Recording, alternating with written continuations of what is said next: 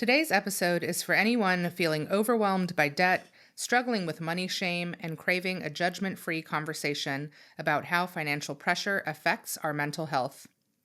We are going to explore a two-way relationship between debt and depression and challenge the shame that keeps people financially and emotionally stuck. We definitely want to offer you both a mindset shift and actionable steps to help you start breaking free. Sugar Daddy Podcast, yo. Learn how to make them pockets grow. Financial freedom's where we go. Smart investments, money flow. Hey, babe. What are we talking about today? Well, it is Mental Health Awareness Month, and we're going to be talking about the money and the mental today.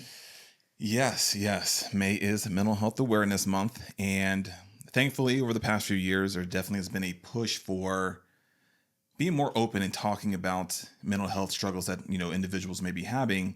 And when it comes to your money, those two can definitely, intertwine.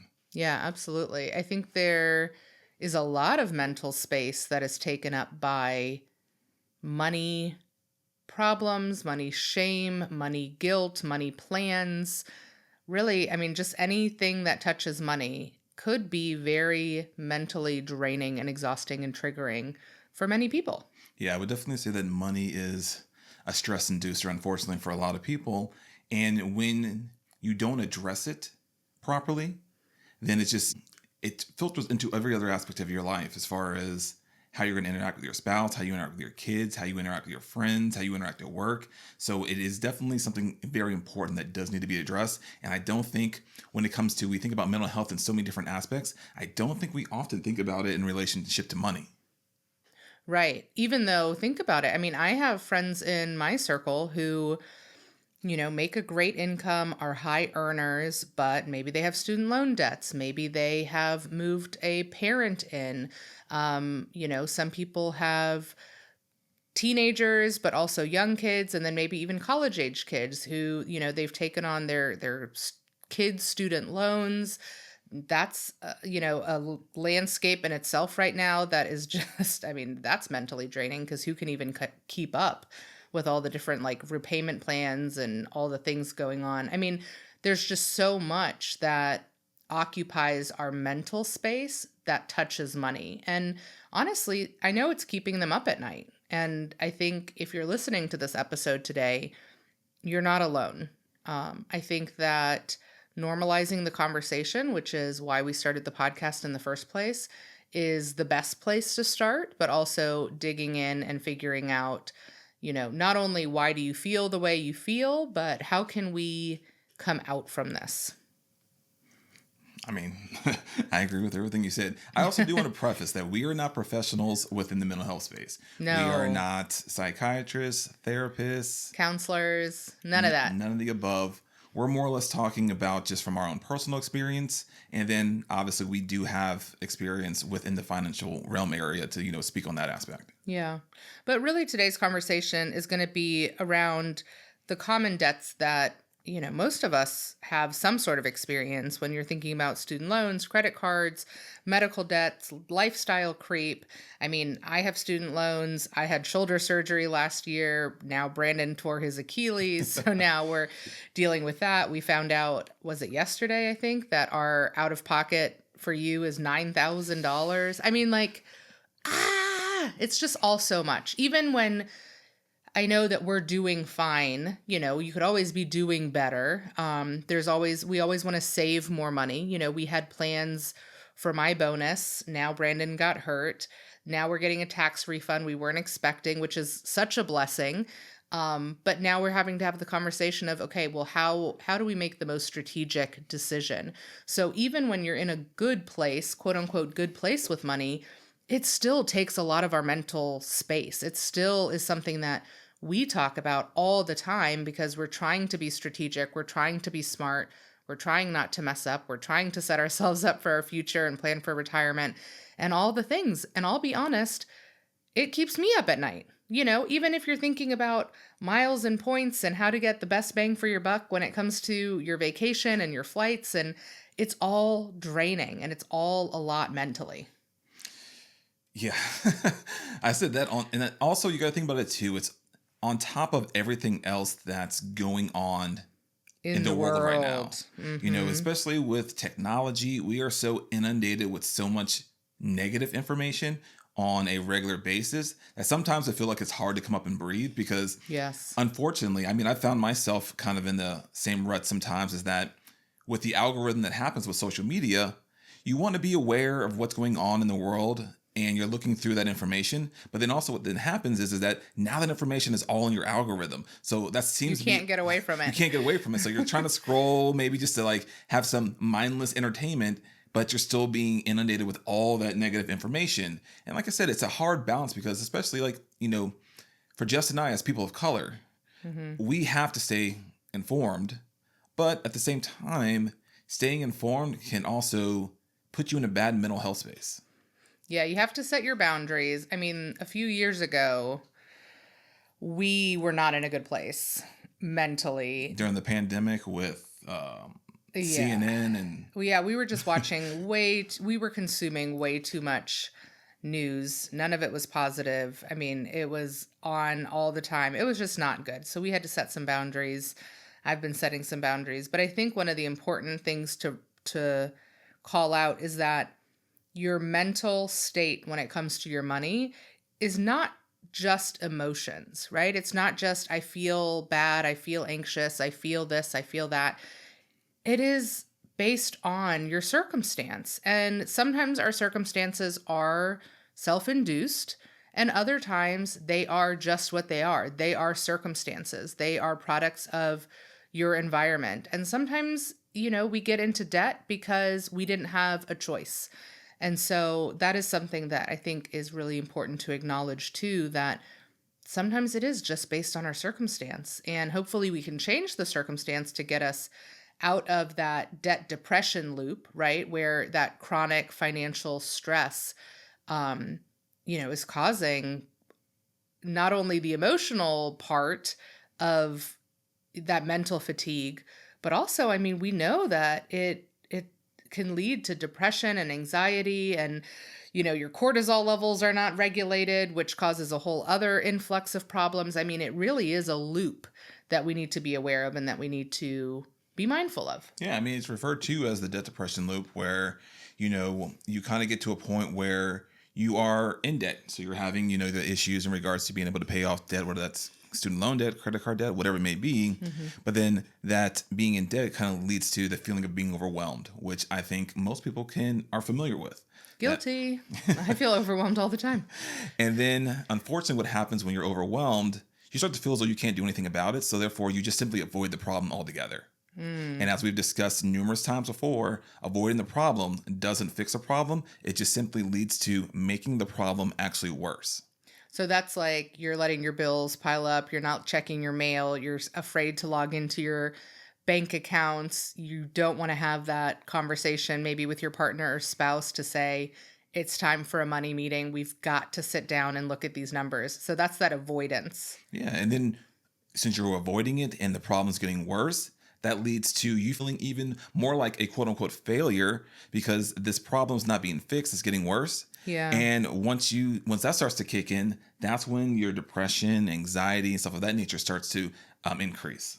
Well, and then on top of that, it kind of has that snowball effect because if you're not opening your bills, you're not checking your accounts, my gut thought there is you probably don't have things set to automatic payments, so then you're probably missing payments, doing late payments, paying late fees.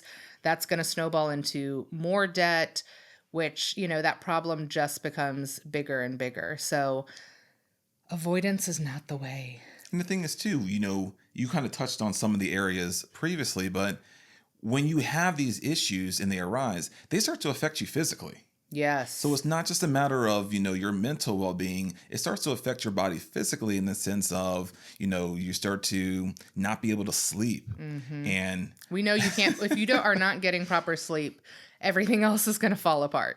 Because normally I can tell you, I'm the type of person where I normally sleep very well. His head hits the pillow and out. He's done. And the few times in my life that I've had issues sleeping, it is very apparent to Jess when that happens because I am not the same person. So I can only imagine for other people, the same thing. Yeah. As somebody myself, who sleeps next to a great sleeper, I'm here to tell you it is enraging and infuriating because I'm one of those people, it takes me a very long time, sometimes hours, to actually fall asleep. And so to be next to Brandon, who like literally his head hits the pillow and he's snoring like mid-sentence, it just like enrages me. So a lack of sleep, if he doesn't get his proper sleep, he turns into like this zombie that's like completely incoherent. But yeah, bad sleep, poor sleep, I mean, all of that just makes everything else, it compounds, it makes it all worse. And the thing is that I honestly would say that people who maybe have higher education, higher degrees, higher earning jobs, this actually tends to hit them the worst. Yeah, because you feel, oh, you're getting, Yep. because you feel like, I'm smart, I should know this, I should have known better, I should have done better. And then you take on a lot of that guilt that really you probably don't need to take on. Yeah, if you grew up in maybe a lower socioeconomic level where these things were not introduced into your family, you maybe didn't, go to college, didn't have a lot of quote unquote formal education to think that you should learn this information, it may not hit you as hard as compared to someone that maybe is a doctor, an attorney. They're like, I'm smart, I've went to Has school, advanced went degrees. to advanced degrees, I make a good amount of money. Like, I should know this. I should understand this. And the reality is that you need to get rid of that thought process. Because just because, for example, let's just use a doctor. Just because you went to med school, last time I checked, obviously I've never been to med school, but I don't think they had any courses in med school on finances. Yeah. I mean, I think if you surveyed your circle of friends, unless you were a finance major, who has taken in high school or college a finance course? And by finance, right? Like, I'm not talking about economics, right? Like, there's very few reasons in college to take those kinds of classes. Talking about personal finance. Personal finance, budgeting, saving, interest rates, APR versus APY, how to pick your health plan, right? The things that we should have taken instead of music appreciation. No offense to music appreciation. I mean, we did not have that in school. We didn't have it in our, elementary, middle school, or high school years, and then even in college. So yes, you are educated, you are smart in your area. Why are you putting so much pressure on yourself to feel like you should know better? Why? Because nobody taught you. And I think it's especially difficult for people in their families who are the one, right? The person who made it, the person that got out, the person who has technically changed their social class from where they came from. And I have a lot of people in my circle, they were the first to go to college, first to get advanced degrees, first to have the big house, the nice car, the fabulous vacations. Like, that is, you feel that pressure differently when you're the first, the one who made it. I would also say too is that for those individuals, like, switching your socioeconomic class is one of the hardest things to do. Right. Because the majority of people, the socioeconomic classes you're born into is the one that you die in. Yeah. But then also think about the added financial burden that often comes with being the person that made it. Because now you're picking up the bill. You're being told, well, you've got it. Why can't you pay for this? You're the one covering those unexpected expenses because maybe those family members didn't have an emergency fund. Like, there's a lot of pressure and responsibility that comes with it. I mean, look at professional athletes. That's where I was about to go. Okay, you can go on your... I mean, we see it all the time, right? I was going to say that, like, I think a lot of people have a misperception of why professional athletes, quote unquote, go broke when they get out of the league. Mm-hmm. Now, obviously, some of it does come from, bad financial decisions. But in all honesty, that's not the bulk of it. The bulk of it is a lack of financial literacy. So, for example, you get your paycheck, but then you don't realize how much in taxes are going to come out. Oof. And then also, professional athletes have very complicated tax situations because they're taxed in various states. Yep. And then on top of that, you have to pay your agent, attorneys, all those things. So they don't understand how much money is going to come out. But then also, often, like you said, they are the first person in their family that's made it. So now they become financially responsible for everyone else in their family. Yeah. And the pressure that can come with feeling as though you have to take care of your parents, your siblings, extended family and stuff of that nature, I cannot imagine. I've never been in that scenario where I feel as though I have to take care of, especially people that are older than you. That's a hard one. So I can imagine the stress, anxiety, and even depression that comes along with that responsibility sometimes. Yeah. It's and I don't want to like get any of these facts wrong, but I have heard that LeBron James has basically tried to avoid or has avoided this kind of problem that you just described by keeping his circle of people close, but also putting them through college. So they all have master's degrees and MBAs because he wanted them to learn the financial and business aspects of, of running businesses, of being professional, of building and stacking wealth and not being reckless and not making those, decisions. I mean, we had Andre Brown on. He was a NFL player, has won a Super Bowl, all the things. And he talked about his kind of reckless spending, instantly went out, bought the G-Wagon and the Range Rover and the this and the that. And, definitely looking back now, hindsight is 2020, would not have made those decisions again. But being the first, being the only, being the one who made it, that just comes with its own set of pressures. You are correct about LeBron James. He definitely did put, some of his friends that he grew up with, help put them, like I said, get an MBA, stuff of that nature. So they're part of his team. So one, he has people around him that he can trust. He can trust. Then also they're working and bringing in their own income, so he doesn't have to. Foot the bill. Foot the bill, Yeah, absolutely. But like I said, the hard thing is that we do want to look for ways to try and break that cycle. And the number one way that you can start with is that you have to forgive yourself, for what you don't know, for any errors that you made in the past, and in all honesty, for any errors that you are going to potentially make in the future. Because even once you do start to improve your financial literacy and you get better at managing your money overall, you're going to make mistakes. Yeah. I'm just, explaining that in as plain as I can, because as a financial advisor, I'm going to make mistakes. I know that. There's going to be things that I think are, good things that we should do, and it turns out they're not. So you have to be able to forgive yourself for those mistakes, learn from them, move forward, and do your best to not, do them again in the future. Right. I think one thing, because it's easier said than done, just forgive yourself. I mean, if it was that easy, everybody would do it. But I think there's a shift that needs to happen from blaming yourself to figuring out why you feel a certain way, and shifting into that curious mindset of, how did I get myself in this situation? How did this happen? How did it get so bad? So instead of saying things like, well, why am I like this?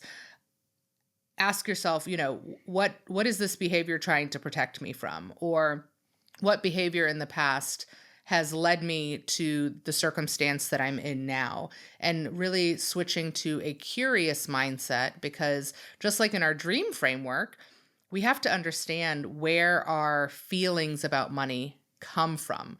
They come from somewhere. They come from privilege, they come from trauma, they come from past mistakes. They're coming from somewhere. So getting curious and really figuring out and finding out, why do you feel the way you feel about the money? What is this feeling trying to protect you from? I think is a good place to start. Instead of saying, why am I like this? Why am I bad with money? One thing it reminds me of is I grew up saying, I'm not good at math. I've said that my whole life. My mom still says it to this day. And one thing that we do not say in this house is, I'm not good at math. We don't say it, right? Even if we put I'm not good at math yet, or I'm not good at addition yet, right? We're trying to reframe things for our children so that they don't start internalizing things that you can work on. You can be good at math. You will be good at math. I am good at math. And that reframe is something that's in my head all the time, because I grew up saying things like that. And if you're one of those people who's saying I'm bad with money, stop saying that. You're not bad with money. You have not learned about money. You have not been educated about money. You didn't have the tools and resources to learn about money. Reframe. And I want to speak to the fellas on this one, especially also, because I think we are new to the whole mental health aspect, where there's just now really starting to talk about and encourage men to talk about their feelings and the struggles they've had with mental health. And when it comes to money aspects, I know that is an identity for a lot of men when it comes to being in a relationship, is that what is my role in the relationship? And my main role is to be the provider. And by provider, they think more monetarily when I think there's so many other ways to be a provider within a relationship, but we primarily think about it from a monetary standpoint. Yeah. And in these given scenarios where, you are in debt, you maybe aren't making the amount of money that you would like to make, you feel as though you can't adequately provide for your family, you don't have the financial literacy to help out, that you start to internalize that, and that just mounts on top of itself, and it just multiplies, and it's just a negative thing overall. So as a man, all the men out there, you need to, get rid of this shame of talking about your emotions and expressing that you're not in a good mental space and you need help. I think as men, we have a hard time asking for help. And I think in these scenarios, you need help. And so if you have a partner that you're with, friends, family, whatever it may be, you need to feel comfortable speaking to them about these things. I think too, recognizing that like financial traumas, financial burdens, they are real, that you're not lazy, you're not broken. This is not something that has to be permanent. I've spoken about this on many of our episodes, but my college graduation gift was my parents paying off my credit card that I racked up to $10,000. And I didn't buy anything lavish. I didn't buy anything big, but my habits were swipe, swipe, swipe. I'll figure it out later. And that's something that I've had to learn. And I know we always joke about wants versus need. Well, I wanted and needed a lot. Okay. So, this is not me coming from a place of like, I've done everything perfectly. And no, I've had to learn the hard lessons. Same with me. I've had to learn them as well. We all have our own experiences, and you can come out of this. And so I think one of the things that you can do is, start by giving yourself grace, start by communicating, especially if you are in a partnership, because the reality is if you're carrying this burden, your partner is carrying it as well. And so being honest, being vulnerable, like Brandon just spoke about, I think is really important. And you have to forgive yourself from how you got there and start with small steps. You have to start small. And we talk about this on the pod all the time too. It's not, hey, I need to save $100,000. You need to start by saving $5. Yeah. Like if you've been stacking your mail and you're scared to open it, I'm going to open 5 letters today and I'm going to see what they say. I'm going to log into my savings account, my checking account. I'm going to consolidate all of my 401ks that I've been putting off consolidating. Like it can be a very small thing, but decide on one thing to do. You could decide to do it every day, once a week. Don't overwhelm yourself and stick to it. Yeah, long-term progress is simply a composition of small intermediate progress. That's really all it is. Like think about it. If you're running a mile consists of just steps after step. So you focusing on, I think what happens is sometimes people they may be in, like, for example, they may be in so much debt and they're just focused on the overall number. Say you have $20,000 in debt and they're just focused on the $20,000 number. And that's what paralyzes them from doing anything. It's like, no, let's focus on the month by month payment and make sure that we're paying the minimums in addition to seeing if we could free up any more additional money. So doing those small things step by step, just focus on one thing. Like, for example, if you've been avoiding even just simply opening your bills or looking at them online, take that one step, open the bill, hop onto online, look at that bill, and actually really see what it is, the amount that you have to deal with. So just do one step at a time. Yeah.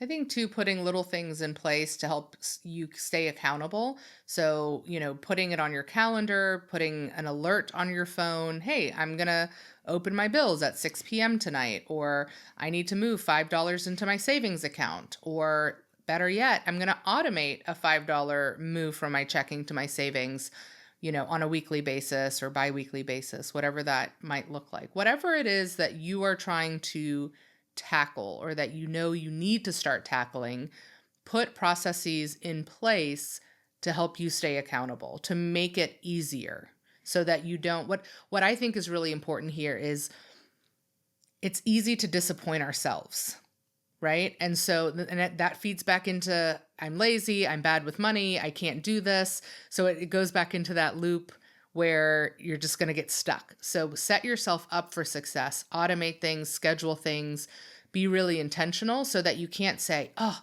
I was supposed to move $5 and I forgot.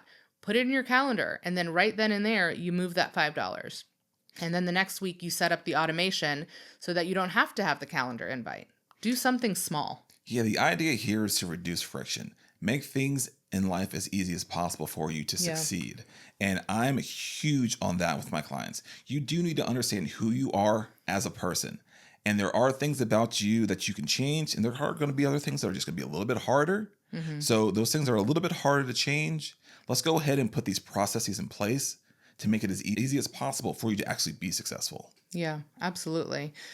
We've talked about this as well, spreadsheets, budgeting tools, making sure maybe we're using a debt reduction calculator to, instead of feeling overwhelmed, hey, I have $20,000 to pay off, I have $80,000 to pay off. Well, we're going to do that $1 at a time. We're going to do it $10 at a time. So using those calculators and again, those tools can help you put a strategy or a plan in place. And again, it's okay to ask for help. So if I'm not going to be able to do this on my own, or I've tried to do this on my own for the last year, 3 years, 5 years, 8 years, whatever it might be, and you have the opportunity to reach out for help and talk to a Brandon, you obviously could reach out to Brandon or someone like Brandon. If you need a little bit of hand-holding, a little guidance, a little reassurance, a little sense of community, encouragement, get help. Do that, right? It's no different than getting a trainer, getting a regular therapist, working with a physical therapist. Like we work with experts all the time to get us the places we want to go. I mean, think about, you go see a hairdresser because you're not cutting your own hair. That's you getting help. Could you cut your own hair? Sure. Is it going to turn out great? I don't have that issue. Probably not. But, we need to also reframe like, asking for help, getting support, or even, I'll take it a step further, paying for support, right? If it's going to help you get out of debt, if it's going to cut that time down, yeah, you can do it by yourself, but it's going to take you 5 years. If you work with somebody else, maybe it's only 2, maybe it's 1. And also, there are now financial therapists. Yes, we're going to have 2 on the podcast later this year, and I'm very excited because they actually know what they're talking about. Yeah, so there's the difference between a financial planner, a financial advisor, which, we do touch on some behavioral aspects, but by no means are we a therapist. Right. But, that's more the tactical stuff in regards to putting processes in place to help you along your financial journey. As compared to with a financial therapist, if it's depression, anxiety, whatever it may be that you have an association with when it comes to your finances, they would be able to help you talk through and work through those and hopefully come out better on the opposite end. Well, I think too, even diagnoses like ADD and ADHD, those are, real factors when it comes to your finances. Because if you have maybe some impulse control, barriers, or you have a hard time focusing and staying, on task when it comes to, making my budget, setting up my savings, setting up my automations, you have a real reason for why this is difficult for you. That's something that needs to be acknowledged. Like, stop punishing yourself for that, acknowledge it, and then understand, hey, I might need a little bit of help. I might need some support. I might need somebody to hold my hand because I know that this is something I struggle with. My diagnosis of X is going to make this difficult. And honestly, at the end of the day, a lot of times it just comes down to time and prioritization because we're all busy. I don't care if you're single, if you have a family, if you have a spouse, if you have a dog, a goldfish, we are all busy. Life is busy right now. And I don't see that changing anytime soon. So sometimes we just need help to prioritize and put systems and processes in place that are going to get us on track and to help us achieve our goals.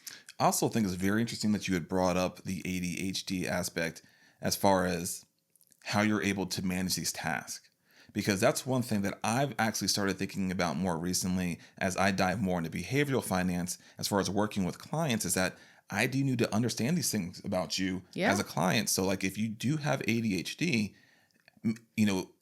opening up and letting your financial advisor or financial planner know that can be very helpful in regards to how they specifically interact with you. Yeah. So for example, if you're someone that has a hard time completing tasks, me just sending you a list of things to do is not it's going not to be going to be the helpful. most productive way to get those things done. So, that is definitely something that, I'm glad you brought up, because I've been really thinking about in regards to how I interact with clients, and then just also thinking about the clients that I currently have and how each individual one is so different in certain aspects, and how I have to tailor how I, interact with, communicate, stuff of that nature, in order to get the best possible outcome for them. Yeah. And I know you're not a therapist, but I know often you feel Yeah. like you're a therapist. But it's good that you're considering those things, because they do make a difference. And if, like you said, if somebody has a hard time completing a task, well, maybe it's not them purposefully avoiding something and you're like, oh, so and so isn't getting something done. It's,